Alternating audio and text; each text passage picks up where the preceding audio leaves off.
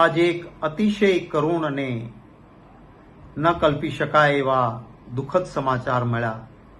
અમદાવાદથી લંડન જઈ રહેલું વિમાન એ ટેક ઓફ થયા પછી, એટલે કે રનવે ઉપરથી ઉડ્યા પછી માત્ર 2 જ મિનિટમાં તૂટી પડ્યું. અને જ્યાં તૂટી પડ્યું ત્યાં રહેતા હતા લોકો, અને રેસિડેન્સ ડોક્ટર્સની હોસ્ટેલ પણ આવેલી છે. અનેક લોકોને પોતાનો જીવ ગુમાવવાનો વારો આવ્યો. એવા સમાચારોથી ખૂબ વ્યથિત છું. કોંગ્રેસ પક્ષના એક કાર્યકર્તાને ઘટનાના સમાચાર મળતાની સાથે વિનંતી કરી હતી કે જ્યાં લોહી આપવાની જરૂર પડે બ્લડ ડોનેશન કરવાનું, પ્રશાસનને જ્યાં જરૂર પડે ત્યાં મદદરૂપ બનવાનું. અને ફરી અપીલ કરું છું કે તમામ જગ્યાએ જ્યાં મદદરૂપ થઈ શકાય ત્યાં બધા જ મદદરૂપ બને.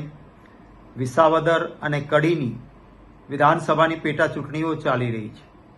અમારી અનેક જનસભાઓ, ઉમેદવારોના કાર્યક્રમો, રેલીઓ, સ્વાગત સમારોહો આ બધું જ રાખેલું હતું. એ બધું જ આજના દિવસ માટે રદ કરવાની ઘોષણા કરું છું. સંપૂર્ણપણે શોકગ્રસ્ત પરિવારોની સાથે સમગ્ર કોંગ્રેસ પાર્ટી એમના દુઃખમાં સહભાગી છે. પ્રશાસનને જ્યાં જરૂર પડે ત્યાં એક કોંગ્રેસી કાર્યકર્તા મદદરૂપ બનશે. અને આજના કડી અને વિસાવદરના તમામ કાર્યક્રમો રદ કરીને જે મૃતકો છે એમની પ્રાર્થનામાં, એમના આત્માની શાંતિ માટે ને પરિવારને દુઃખ સહન કરવાની શક્તિ મળે એ માટે ઈશ્વરની પ્રાર્થનામાં આપણે સૌ સાથે મળીને જોડાઈએ.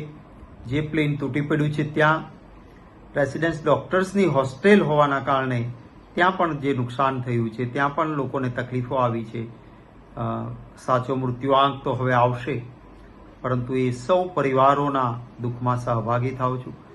ઈશ્વર દુઃખને સહન કરવાની શક્તિ અર્પે અને મૃતકોને શ્રદ્ધાસુમન સમર્પિત કરું છું.